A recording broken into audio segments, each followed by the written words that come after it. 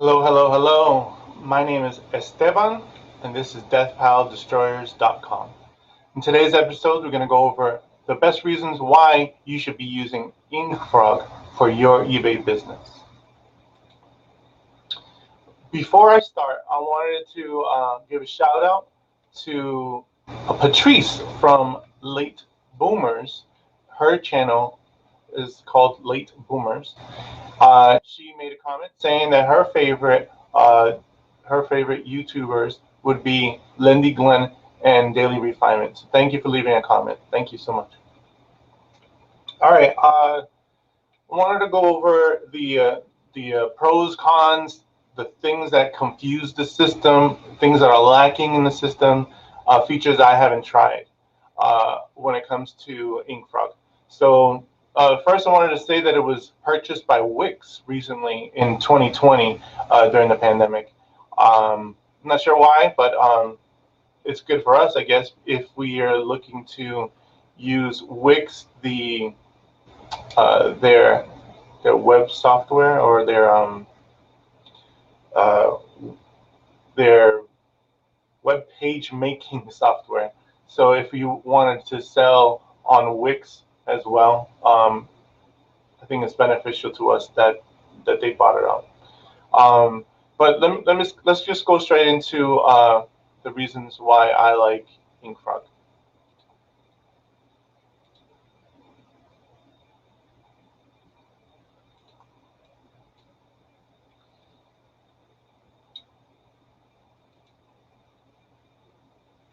All right, the first one would be the pros. The reason why is because we can back up all of our listings within inkFrog. Uh, Within inkFrog, sometimes eBay will have we'll lose our listings on eBay, and inkFrog will have a backup for us, and we can just easily launch from here onto eBay if we lose our listings, or if we have, let's say, an old listing that we would like to renew, then I suggest going into inkFrog, finding that listing, and just changing the quantity and launching it. Whereas on eBay, if it's been sitting there for a while, it might be gone forever. The other reason why I like inkFrog is because you can transfer listings from one store to another. So recently I purchased someone else's eBay store, and even if you have, let's say you have you personally own two different stores. Once you own the two different stores, you can have multiple eBay stores onto inkFrog, and then transfer all the listings onto one of them. So this way you can manage all of them from one eBay store rather than two. The other reason why I like inkFrog is because I can schedule listings. Let me show you what I mean by that. I don't have any scheduled right now. Let's take a look at the library.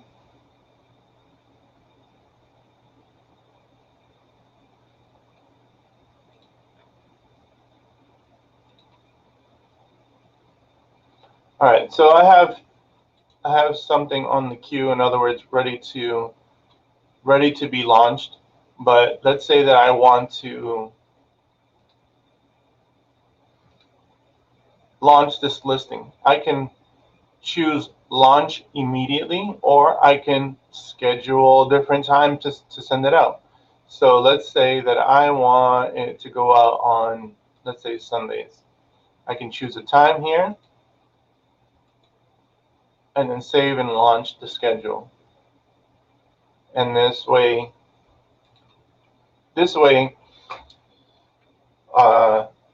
it'll launch when I assign it to launch. Why is this beneficial? Because eBay loves activity on your site. So if you can spread out your listings, it might be beneficial for eBay to promote you or to incentivize you by bringing more traffic to your eBay store if you're scheduling listings, if you're showing them consistency. And this is an automated way to show that consistency.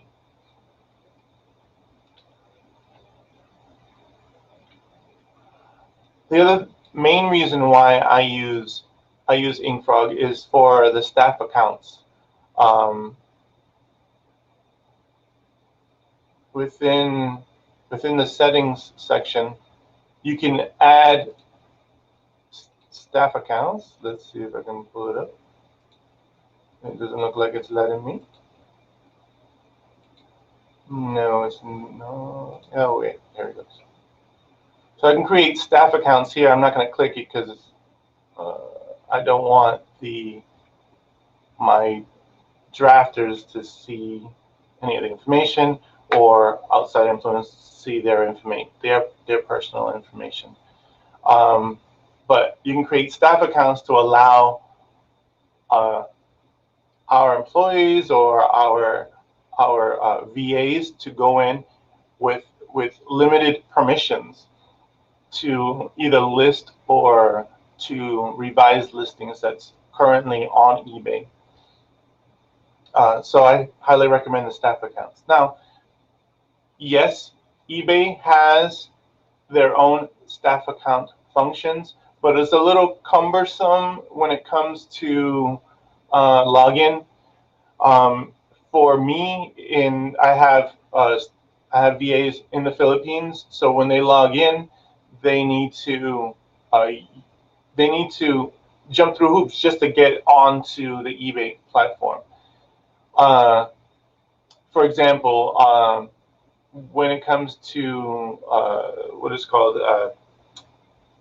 when you do the two-step verification, so they can't just log in. They have to log in, then they have to press a button, wait for me to send them the code that I received via text, or I can say, hey guys, go on to this email, and you can access that the code from there, the two-step verification code from there. With inkFrog, you don't have to do that. So that's the reason why I like using inkFrog for staff accounts. But the other reasons why I like it is because you can create specific templates that allow you to pre-fill it ahead of time, and then they can just complete the rest.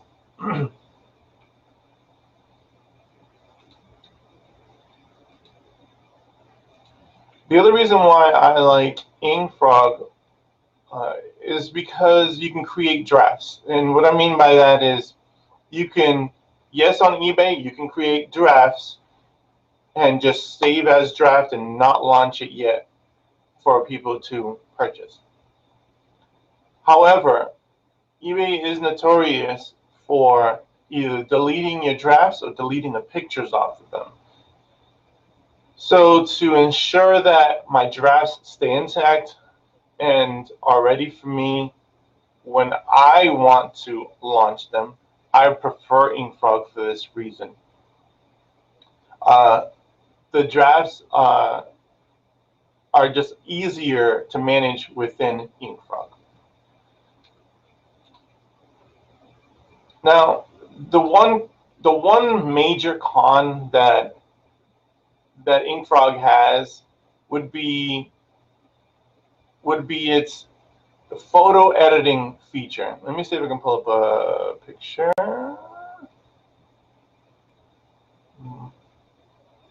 All right, let's pick something. Let's choose one that's not listed yet.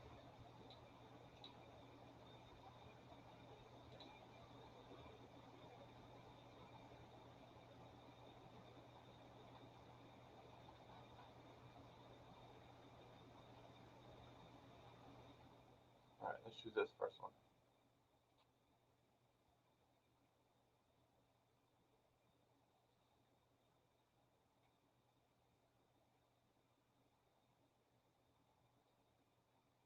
Here are the pictures here. It's easy to add the pictures, but let's say I want to edit this one. I click on the pencil tool, and let's say I want to crop it. All right.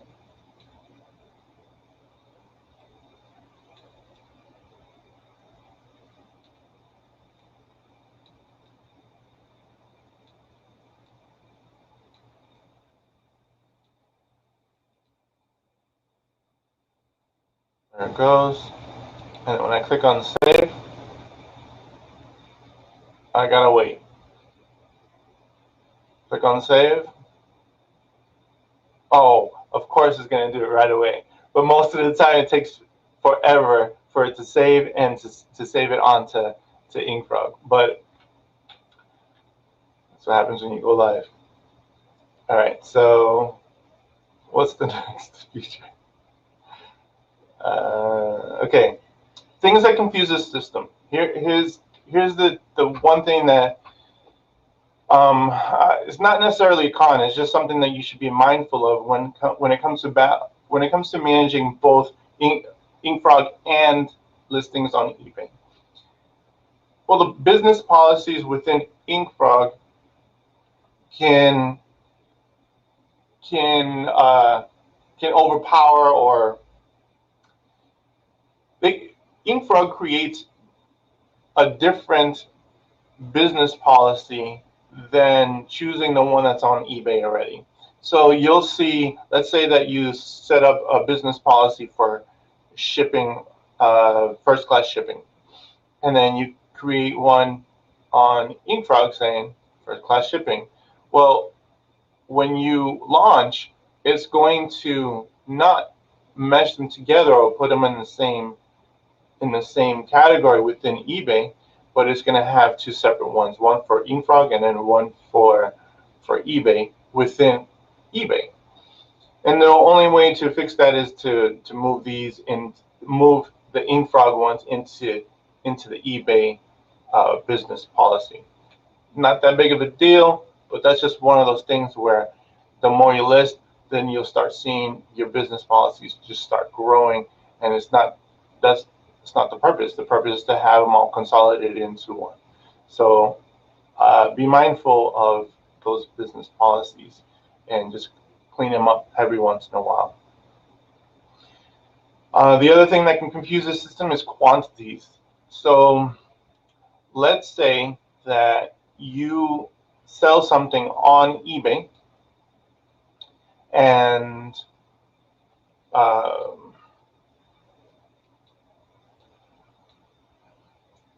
let's say that you sell something on eBay, and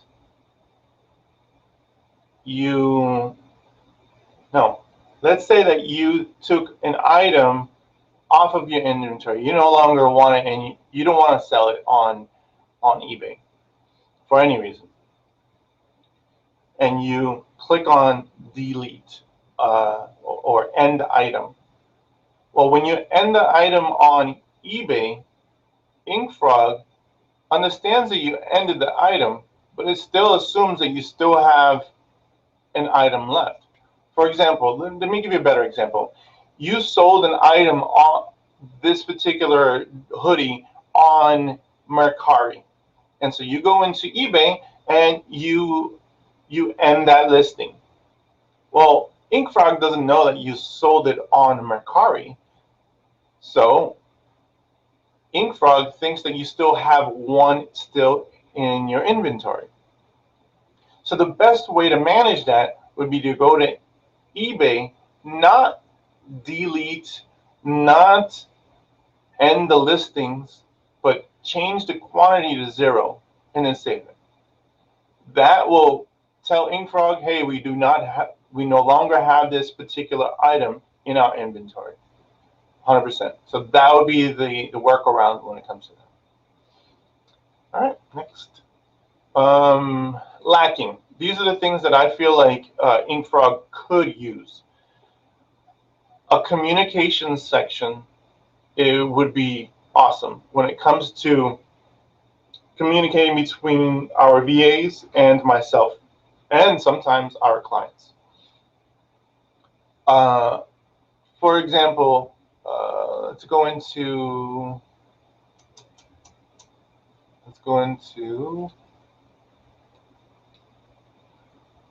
inkFrog, and for example, here's one example that I have. I had a photographer who chose who told our VAs that this item is a woman's hoodie, but the drafter or the VA is saying, "Are you sure it's women's? It says Carol's Kids right on the tag, and the size says large 12/14. Doesn't that indicate is kids?" So she has no place to let me know where of her thought. So what I had, our workaround is to add it into the custom eBay custom label. Gender. Is it the correct gender? Is it women's or is it kids? And so this will allow me to see whether or not whether or not I need to fix the listing or not. So I can go back either to the photos and say, yes, absolutely, you are correct, or I could say, no, I'm sorry, we got to do it this way. So that's one of those things. The other thing is, how do I know which VA is doing what? So there is no place within the library to let me know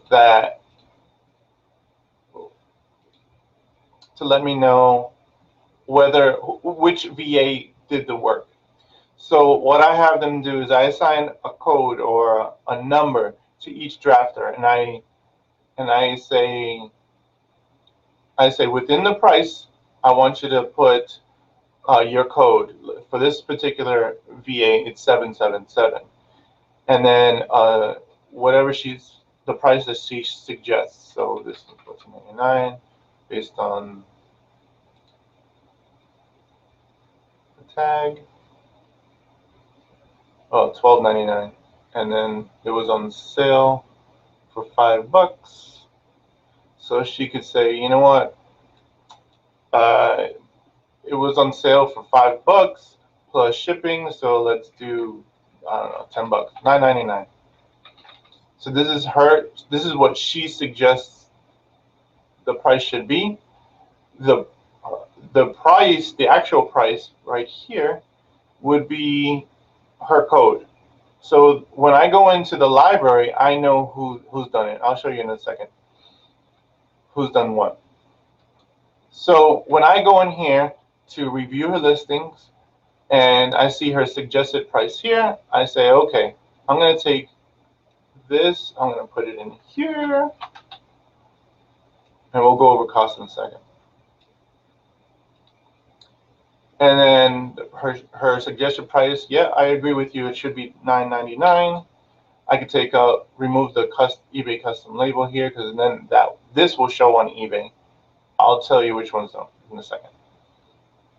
And then when I save, and then I can launch this listing from here. But let me show you what it looks like from the other side. So let's say that I want to know what items needs to be launched. So I sort by price, and I can see that our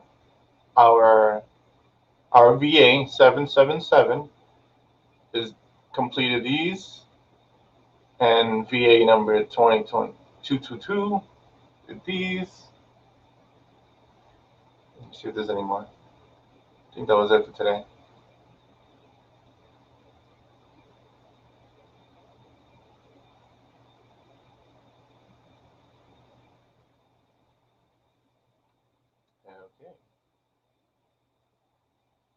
Yeah, they knows that.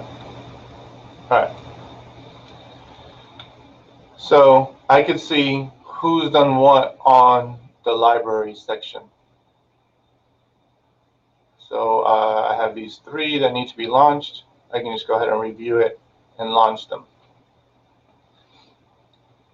I also tell them to price it at 1 if there's something that needs revision.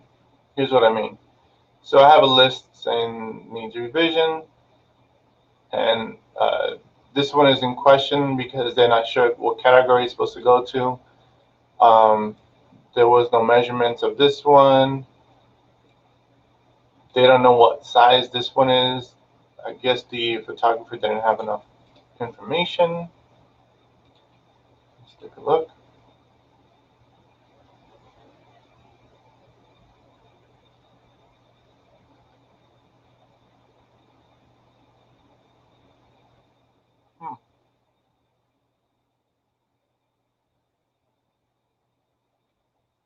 I wonder if it has something to do with these photos. Maybe there's something wrong with the photos, and that's the reason why she didn't have enough information to complete this draft.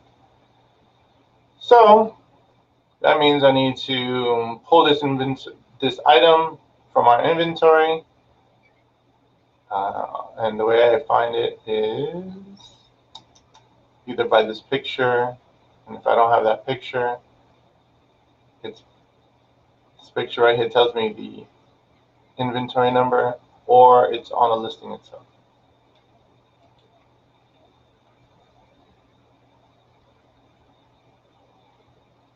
All right.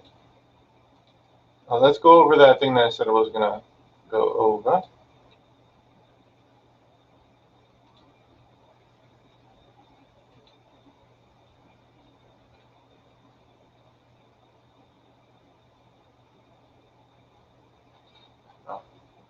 Okay. So the other thing that inkFrog is lacking is a reporting section. I wish that I can be able to create a report based on, let's say, cost and price, but it doesn't do that. It doesn't have that functionality. So that's the reason why I utilized this cost section and use it for our staff account number or staff account ID number. So, and this cost section does not show up on eBay at all, so that's fine. When, let's say if we have a questionable item, so let's say that this one was missing, oh, this was the gender thing. They weren't sure if it was kids or women's, so they put gender here. If there's something in this eBay custom label, I know not to list it. It'll show up on that list that I just showed you. And I know not to list it. And if I do, it will show up on eBay. Once I delete it, it's going to pull this information instead. And then that will be the SKU. So I leave this blank, and then this remains. I don't know how that works, but that's how it works within inkFrog. And I like it. I think it works for us. Let's see if there's anything else. All right. Okay. Next, features I have not tried. Now, this is something I'm trying to experiment right now, is refreshing inventory numbers, and I'll have another video in regards to refreshing inventory numbers within eBay. eBay likes us to, they don't like us to do it, but we like the sales. But eBay likes to suppress our listings as new listings come in. And if our listings have been sitting within eBay for a while, and is getting limited views, then our listing is going to be so suppressed that we're not getting any sales. We're not going to get any views at all. So refreshing our inventory numbers within eBay, they're actually called eBay ID numbers. That will give us an incentive, or it'll leave our listings fresh on the top. So let me explain that again. eBay likes to suppress older listings because newer ones come in, right? But how do we make those old ones new again by putting them on top? Well, it's by removing the inventory, or not the inventory number, it's the eBay ID number, and then replacing the eBay ID number into the listing, and then now it's going to be shown as a new item within eBay. So now it's going to be on the top, and it's going to keep going now, and then we put it again and again and again. So inkFrog has this feature called Watchdog. Let me show you.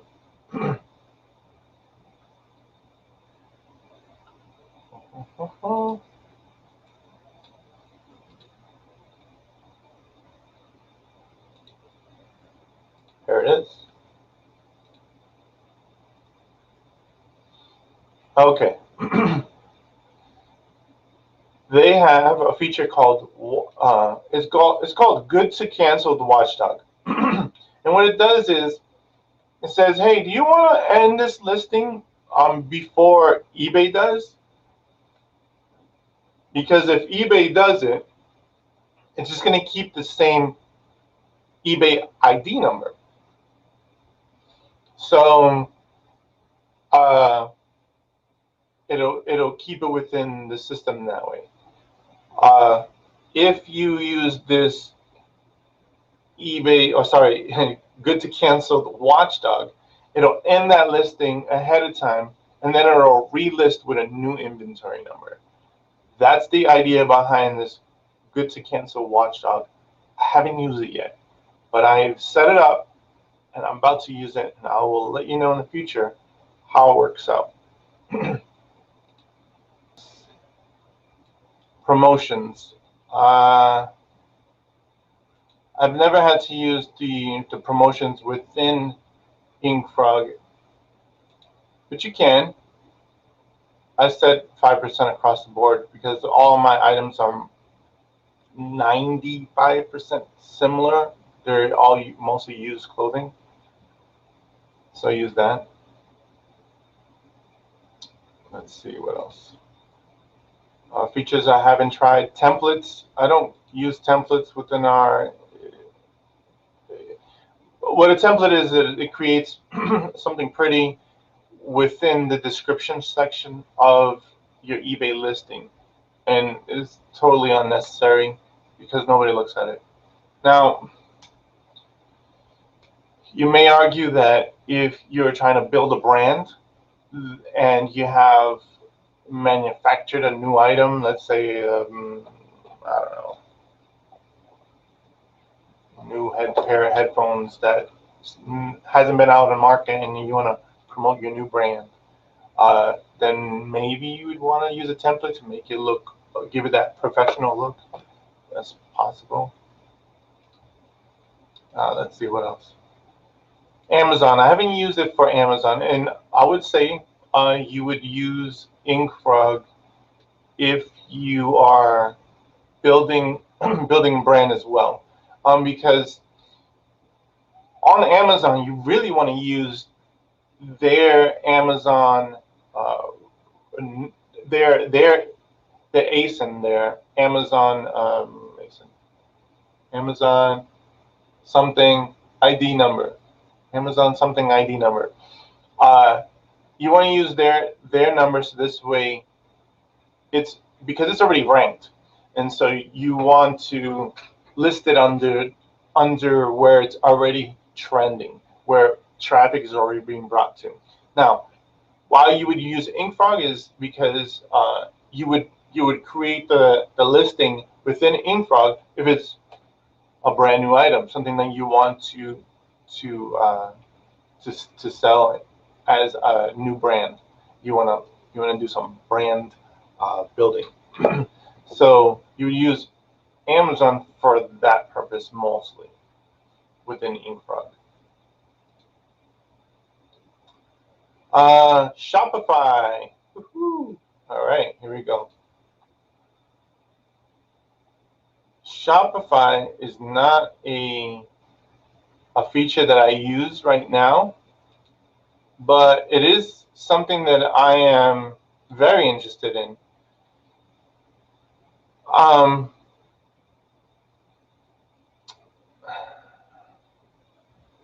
Here's the thing.